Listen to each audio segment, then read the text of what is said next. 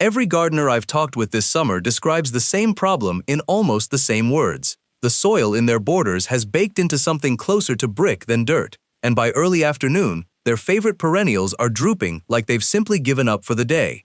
Here's the part almost nobody mentions at the garden center. The fix isn't hauling out the hose twice as often.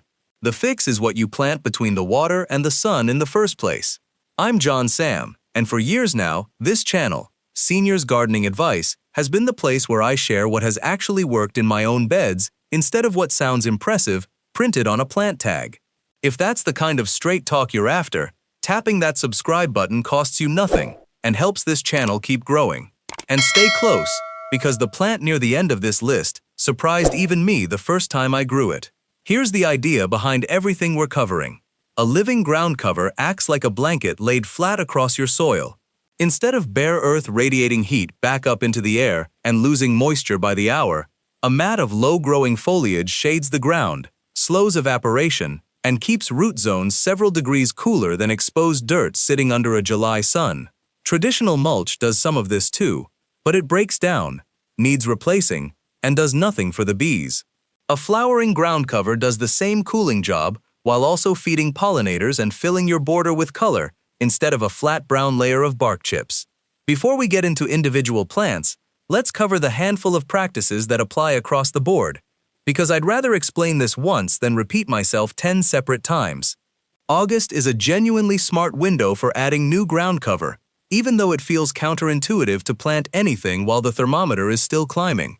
The soil itself stays warm well into fall, and that warmth encourages roots to establish quickly, which matters far more than air temperature for a newly planted perennial. The trade-off is that a young plant without an established root system dries out fast in late summer heat, so water new plantings every 2 to 3 days for the first few weeks rather than relying on a weekly soak. Once you see fresh growth, you can taper back toward a normal schedule.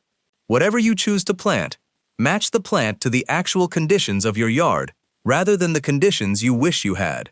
A sun-loving sedum planted under a maple tree will sulk and thin out no matter how well you care for it, and a shade-loving ajuga baking in full southern exposure will scorch by midsummer. Walk your border at different times of day before you buy anything, and note how many hours of direct sun each section really gets. Spacing trips up more first-time ground cover gardeners than almost anything else. It's tempting to crowd plants close together for instant coverage, but overcrowded roots compete for water and nutrients, and the whole planting ends up weaker for it. Check the mature spread listed on the tag and space accordingly. Then be patient. A 2-inch layer of mulch between young plants, kept a few inches clear of each crown, will suppress weeds and hold moisture while everything fills in. Drainage deserves its own mention because it quietly kills more ground cover than drought ever does. Many of the plants on this list are practically indestructible in dry, lean soil, yet will rot within a season if planted somewhere that stays soggy after rain. If you're not sure how your soil drains, dig a hole about a foot deep, fill it with water, and watch how long it takes to disappear. Slow drainage means you'll want to work in some compost or grit, or simply choose a different section of the border. A few of the plants coming up spread with real enthusiasm, and that's usually the whole point of a ground cover. Just know your own limits going in. If a plant's growth habit worries you, a buried edging strip or a simple root barrier along the borderline keeps an energetic spreader from wandering into the lawn or your neighbor's yard. On the pollinator side, a flowering ground cover does something a bare mulch bed never can. Because the blooms sit low and close together, ground-nesting bees and small native pollinators can move through the planting with far less effort than flying between scattered, isolated flowers higher up in the border. Choosing several ground cover species with staggered bloom times keeps a steady food source available from late spring through the first hard frost, and that benefits every other flowering plant in your yard, not just the ground cover itself. With all of that groundwork laid, here's my ranking, built specifically around which of these plants settle in fastest and happiest when planted during August heat, working down to the ones that would honestly rather wait for cooler weather. Ground cover number 1, Creeping Thyme. If I had to recommend a single plant for anyone nervous about planting in the heat of summer, this would be it. Creeping Thyme is built for exactly these conditions, forming a dense, fragrant mat that shrugs off drought once it's had a few weeks to settle in. Crush a few leaves underfoot, and you'll release a scent that makes this one of the most satisfying plants to tuck between stepping stones or along a sunny path. Come early summer, it disappears under a haze of tiny purple or pink blooms that honeybees and small native bees absolutely swarm. The one condition Creeping Thyme won't forgive is wet feet. Plant it somewhere that holds moisture after rain, and you'll watch it rot from the center outward within a season. It also takes its time filling in during its first year in cooler climates, so temper your expectations if you're gardening farther north. Give it full sun and lean, well-drained soil, and it earns its keep along border edges, slopes, and anywhere you want a ground cover tough enough to handle the occasional footstep. From there, it's a short walk to a plant that solves the exact same problem in a completely different way. Ground cover number 2, Sedum, also known as stonecrop sedum, stores water directly in its fleshy leaves, which is precisely why it laughs off the kind of heat that wilts less prepared plants. Varieties like Angelina, with its lime green and burnt orange foliage, or dragon's blood, with deep red leaves, bring color to a border even before the star-shaped summer flowers show up, and most types stay evergreen through winter in milder climates, so you get 4 seasons of interest from one planting. Give this one credit for patience too, because the same trait that makes it so drought-tolerant means it can look a little sparse for its first season, while the root system catches up to the top growth. The one thing sedum genuinely can't tolerate is soggy, heavy soil. If your border holds water after a storm, amend it generously before planting, or pick a different spot entirely. On a sunny slope or a lean, rocky bed, though, this is about as low maintenance as flowering ground cover gets. Sun lovers like these two are naturally suited to an August planting date. The next one on the list brings the same heat tolerance with a completely different look. Ground cover number 3, Moss Verbena. Where thyme and sedum bring texture, Moss Verbena brings color, and plenty of it. This low, spreading plant produces clusters of small purple, pink, or white flowers, pretty much non-stop through the hottest stretch of summer, right when a lot of spring bloomers have already called it quits. Butterflies find it constantly, and it handles reflected heat from driveways and south-facing walls better than almost anything else on this list. In colder regions, treat it as an annual, because it typically won't survive a harsh winter north of the warmer zones. It also shares sedum's dislike of wet soil, and a crown that sits in moisture too long is prone to rot. Planted in full sun anywhere else in the border feels a little flat by midsummer, and it will fill that gap fast. Some gardeners assume anything with this much color must be fussy to grow. The next plant on this list proves exactly the opposite. Ground cover number 4, Trailing Lantana.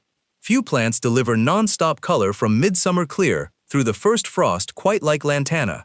Clusters of tiny flowers shift color as they age, so a single plant can show orange, yellow, and pink blooms all at once, and deer generally leave it alone, which is more than you can say for most border plants. Hummingbirds and butterflies treat it like a buffet. Cold is Lantana's real limit. North of the warmer zones, it behaves as an annual and won't return the following spring. In the warmest parts of the country, certain varieties can self-seed aggressively enough to become a genuine nuisance, so look for sterile or well-behaved cultivars if you're gardening somewhere with mild winters. Full sun and a spot with excellent drainage, ideally along a hot border edge or spilling over a low wall, is exactly where Lantana wants to live. The next plant trades that riot of color for something quieter and considerably more restrained. Ground cover number 5, Firewitch Dianthus, also called Cheddar Pink. This one earned its reputation the honest way, by being reliably beautiful for decades without demanding much in return. Silvery blue evergreen foliage forms a tidy, well-behaved mat, and in late spring, it's topped with a flush of clove-scented pink flowers, a detail that surprises most people the first time they catch the fragrance on a warm evening. It was recognized as one of the finest perennials of its era, not long after it was introduced, and it has stayed a garden favorite ever since. Because each plant only spreads to about a foot wide, covering a larger area means buying several rather than expecting one plant to do all the work. It's also prone to rot if the soil stays wet for long stretches, so good drainage matters more here than the amount of sun it receives. Full sun and well-drained soil suit it best, and it's a natural choice for small gardens, border fronts, or rock gardens, where a plant that stays politely in its lane is exactly what you want. Where Dianthus stays compact and tidy, The next plant on the list takes up a bit more room and asks for a little more attention in return. Ground cover number 6, Catmint. Catmint rewards you with one of the longest bloom seasons of anything on this list, sending up spikes of lavender blue flowers over soft, aromatic gray-green foliage from late spring well into fall. Bees find it from across the yard. Deer and rabbits generally avoid it, and once it's established, it shrugs off drought about as well as sedum does. The trade-off is that catmint grows taller and a bit floppier than a true low mat, so think of it more as a billowing edge plant than a flat carpet. In rich soil or with too much fertilizer, it can sprawl open in the middle by midsummer. A hard shear back by about a third after the first big flush of bloom fixes this, and typically triggers a fresh round of flowers within a couple of weeks. Full sun along a path, border front, or slope gives catmint the room it wants to billow without swallowing its neighbors. Roses might not be the first plant that comes to mind when you think of ground cover, but the next entry on this list will likely change that. Ground cover number 7. Groundcover Roses. Modern groundcover rose varieties bear almost no resemblance to the finicky, disease-prone roses many gardeners remember from decades past. These have been bred specifically to resist black spot and powdery mildew, and most are self-cleaning, meaning spent blooms drop cleanly on their own instead of requiring deadheading. The payoff is color from spring clear through the first hard frost, a bloom season most other groundcover plants simply can't match. The trade-off is fragrance, or the general lack of it. Many groundcover rose varieties have only a faint scent or none at all, so if fragrance matters to you, check individual varieties before buying. Roses also generally want more consistent moisture while getting established compared to the succulent, drought-hardy plants earlier on this list. Full sun and a border front, slope, or mass planting area suit these beautifully, and once established, they need surprisingly little fuss for the amount of color they return. The next plant handles a job none of these sun lovers can, covering ground where shade and root competition make almost everything else struggle. Ground cover number 8. Liriope, also called lily turf or monkey grass. Liriope solves a specific problem that trips up a lot of gardeners. What do you plant under a mature tree where roots are thick and shade is heavy? This grass-like perennial forms neat, arching clumps instead of spreading rapidly, so it works beautifully as an underplanting for taller shrubs or along a shady driveway, where a more aggressive spreader would struggle to establish. In late summer, purple flower spikes rise above the foliage and hang on into fall, and it tolerates both sun and shade with equal ease once established. Because it clumps rather than truly creeping, Liriope fills in more slowly than the trailing plants on this list, so it's better suited to underplanting than to fast, solid coverage. It also benefits from a hard trim in early spring, before new growth emerges, to keep the foliage looking fresh through the following season. Partial shade to full sun, especially under trees, along driveways, or on slopes, is exactly where Liriope earns its place. The next plant covers ground even faster than Liriope, though it asks for a bit more supervision in return. Ground cover number 9. Ajuga, also known as bugleweed. Few plants fill in shady, difficult ground faster than Ajuga. Its glossy foliage, which comes in shades of bronze, purple, and variegated cream, depending on the variety, spreads quickly to form a dense mat, and in spring, it sends up short spikes of blue-purple flowers that ground-nesting bees find easily since the blooms sit so close to the soil. That same enthusiastic spreading habit is the catch. Left unchecked, Ajuga will happily creep into a nearby lawn, and pulling it back out once it's established takes real effort.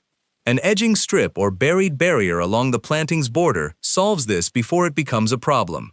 In the hottest parts of the country, full sun can scorch the foliage, so it does best with at least some afternoon shade south of the cooler zones. Partial to full shade, especially under trees or along a shady border, is where Ajuga performs best, with more sun tolerance available the farther north you garden.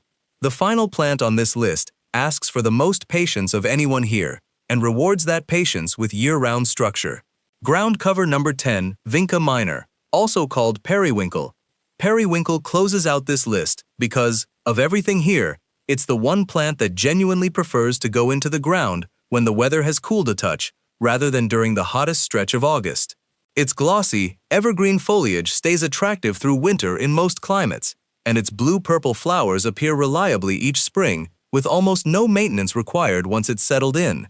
Patience is the real requirement here, since periwinkle can take a full season or two to spread and knit together into a solid mat.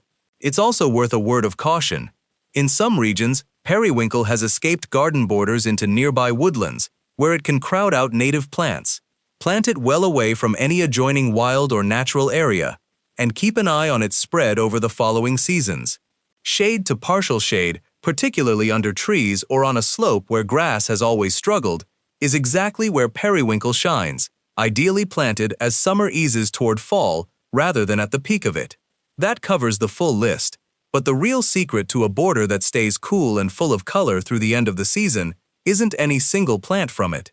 It's choosing 2 or 3 of these that match your actual light and soil conditions, rather than trying to force every single one into a yard that can't support all of them.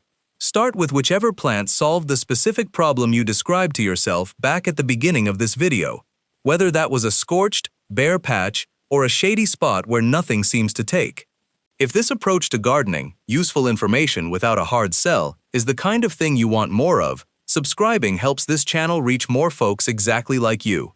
And if you've grown any of these 10 yourself, sharing what worked and what didn't in the comments helps everyone else reading them just as much as it helps me.